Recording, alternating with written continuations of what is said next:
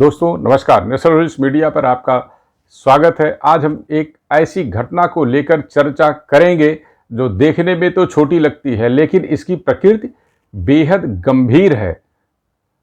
हो सकता है कि हमारे तर्कों पर कुछ लोग आपत्ति जताएं और वह इसे दो धर्मों के बीच का मामला बनाने की कोशिश करने का उपाय भी बताएं, लेकिन आप जब घटना और उसके तथ्यों के तार जोड़ेंगे तो देखेंगे कि यह घटना किस प्रकृति की है और कितनी गंभीर है। और ऐसा भी नहीं कि उत्तर प्रदेश में इस किस्म की यह पहली घटना हुई है, दूसरे स्थानों पर भी ऐसी घटनाएं हो चुकी हैं। फिलहाल हम घटना का जिक्र करने के साथ आज के अखबारों में जो खबर इस घटना को लेकर छपी है, पहले उसे पढ़कर आपको समझाने की कोशिश करेंगे कि आखिर हुआ क्या था। फिर इसके बाद आगे थोड़ा विस्तार में चर्चा करेंगे। यह खबर जो छपी है, जो हम पढ़ने जा रहे हैं, यह एक दैनिक अखबार में है, जिसकी हेडिंग लगी है बरेली में हिंदू परिवार पर घर में घुसकर तलवारों से हमला। खबर में लिखा गया है कि संप्रदाय विशेष के लोगों ने एक गांव में महिलाओं से अभद्रता का विरोध करने पर घर में घुसकर तलवारों से हमला किया, महिलाओं से छेड़छाड़ की। आरोप है कि कपड़े भी फाड़ दिए। दूसरे संप्रदाय के लोगों को चेतावनी जारी कर दी है कि वह बस्ती छोड़कर चले जाएं। घटना सोमवार देर रात को बहेड़ी कस्बे के निकटवर्ती गांव में हुई। पीड़ित परिवार के अनुसार उनके पड़ोस में रहने वाले रफीक, उसके बेटे राशिद, आसिफ, आरिफ और जाहिद अक्सर अपनी छत से उनके घर की महिलाओं को देखकर अश्लील हरकतें करते हैं। सोमवार रात आरिफ, राशिद, फहीम, आसिफ और 10-12 अन्य लोगों के साथ रफीक की छत पर थे। वह उनके घर की महिलाओं को देखकर अश्लील हरकतें करने लगे। महिलाओं ने स्वजन को बताया तो उन्होंने विरोध किया। इस पर रफीक, राशिद सहित दूसरे पक्ष के लोगों ने घर पर पथराव कर दिया। वह कुछ समझते इतनी देर में तलवार लेकर उनके घर में घुसे चले आए। आरोप है कि इस हमले से उनके और उनके भाई के सिर पर तलवार से प्रहार किए गए, जिसमें वह लहूलुहान होकर गिर पड़े और महिलाओं से भी अश्लील हरकतें की गई, अभद्र व्यवहार किए गए, कपड़े फाड़े गए। शोर हुआ तो दूसरे गांवों के लोग पहुंचे और आरोपी भाग निकले। जैसा सामान्य तौर पर ऐसी घटनाओं में होता है, इस मामले में भी वैसा ही हुआ। पुलिस ने दोनों पक्षों से प्राथमिकी दर्ज की है और दोनों पक्षों के लोगों को आरोपी बनाकर उनके खिलाफ कार्रवाई शुरू की है। परंतु इस पूरी खबर में जिस बात का जिक्र नहीं है, वह हम आपको समझाने की कोशिश करते हैं। यह घटना कोई पहली बार नहीं हुई। इसमें एक समुदाय विशेष का जो जिक्र किया गया है, उसके धर्म का नाम नहीं लिया गया है, लेकिन उसके आरोपितों के जो नाम हैं, उससे उनके धर्म की पहचान हो जाती है कि आरोपी यानी जो दबंग लोग थे, जिन्होंने हिंदू समुदाय के लोगों को इस बात की धमकी दी कि वह बस्ती छोड़कर चले जाएं। इस बस्ती में उनकी कोई ज़रूरत नहीं है, चले जाएं यानी घर बार छोड़ दें। याद करिए, इस वक्त देश भर में एक फिल्म की चर्चा हो रही है, द कश्मीर फाइल्स की। यह फिल्म कश्मीरी हिंदुओं के नरसंहार, पलायन, उत्पीड़न और महिलाओं के साथ हुए दुर्व्यवहार, सामूहिक दुराचार पर बनी हुई है। इस फिल्म को लेकर तमाम लोग आरोप प्रत्यारोप लगा रहे हैं, कुछ उसे झूठी घटनाओं से प्रेरित बता रहे हैं। तो फिल्म के निर्माता विवेक रंजन अग्निहोत्री का दावा है कि उन्होंने 700 पीड़ित परिवारों से बातचीत करने के बाद निकले तथ्यों के आधार पर यह फिल्म बनाई है। इसके लिए उन्होंने तमाम किस्म के पीड़ित परिवारों के साथ शोध किए, कश्मीर के माहौल पर शोध किया। खैर, यह भी एक अलग किस्म का मुद्दा है। कश्मीर जैसा बहेड़ी में नहीं हुआ है, लेकिन संकेत कुछ लगभग वैसा ही है। वहाँ भी कश्मीरी हिंदुओं को कश्मीर घाटी से भगाया गया, मार पीट कर भगाया गया। उनकी संपत्तियों पर स्थानीय लोगों, वह स्थानीय लोग कौन है? मुस्लिम धर्म के लोग हैं, जिन्होंने कब्जा कर लिया। अब कश्मीरी हिंदू को अपनी संपत्तियों पर पुनर्कब्जे के लिए फिर द्वंद्व का सामना करना पड़ रहा। सरकार तमाम समर्थन, सहायता, मदद भी कर रही है, प्रॉपर्टी को चिन्हित भी करा रही है, लेकिन उस संपत्ति को पाने के लिए बेहद मुश्किल का सामना करना पड़ रहा है। उत्तर प्रदेश में इसके पहले कैराना में भी ऐसे ही मामले हो चुके हैं।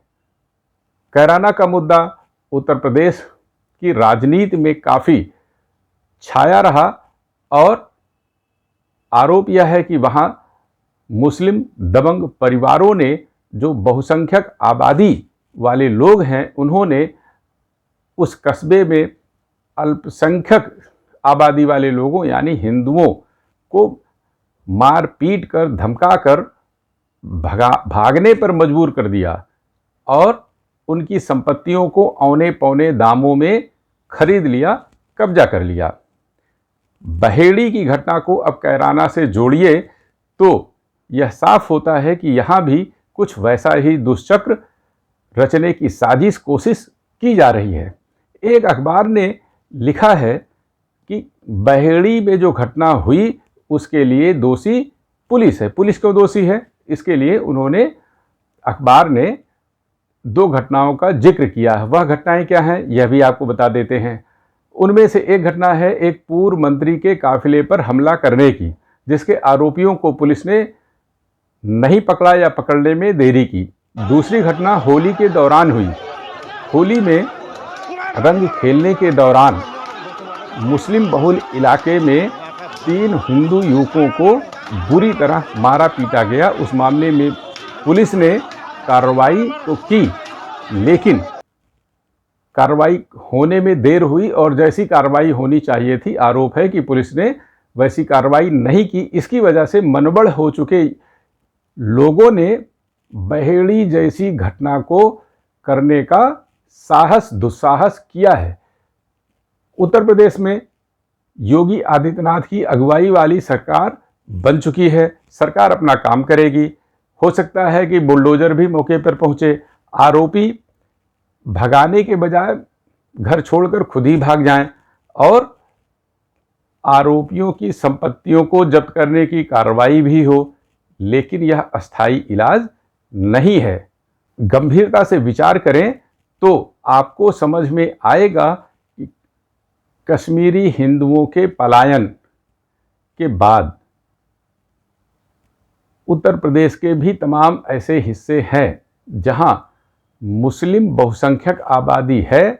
वहां से अल्पसंख्यक आबादी यानी हिंदुओं को परेशान होना पड़ रहा है, अपनी संपत्तियों को छोड़कर यानी औने पौने दामों में बेचकर भागना पड़ रहा है। उन इलाकों में रहने के लिए मजबूर होना पड़ रहा है जिन इलाकों में हिंदुओं की बहुसंख्यक आबादी है। तो ऐसा क्या कारण हो सकता है जिसकी वजह से मुस्लिम जनघनत्व वाले क्षेत्रों में रहने वाले हिंदुओं को अपनी संपत्तियों को औने पौने दामों में बेचकर, छोड़कर भागना पड़ता है, अपने जमे जमाए कारोबार को छोड़कर भागना पड़ता है? तो इस पर फिर विचार करिए तो आपको साफ तौर पर दिखेगा कि उन इलाकों में भी वैसी ही घटनाएं होती हैं जैसा कैराना और बहेड़ी में हुआ। अब यह गौर करने वाली बात होगी कि ऐसा क्यों होता है। यह समाज शास्त्रियों के, राजनीति विज्ञानियों के, राजनीति में समझ रखने वालों के विचार का प्रश्न है।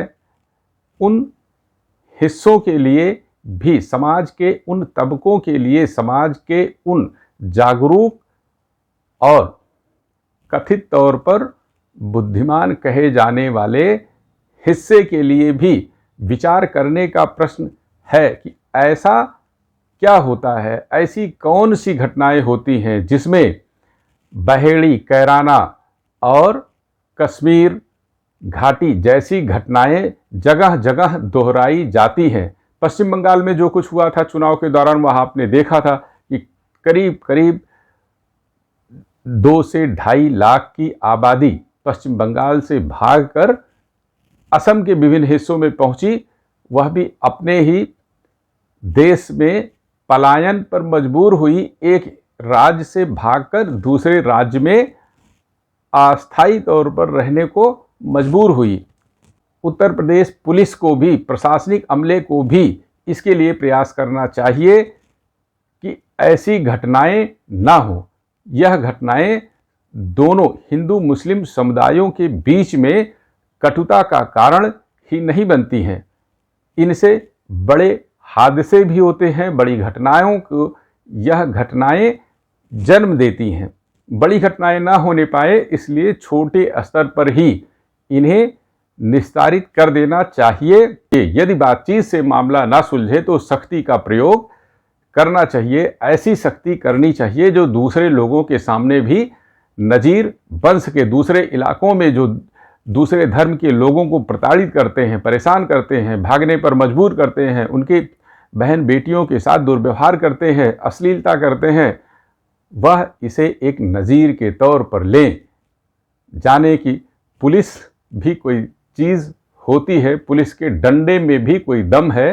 प्रशासनिक अमला सिर्फ आंखें दिखाता नहीं बल्कि आंखें झुकाने पर मजबूर भी कर सकता है।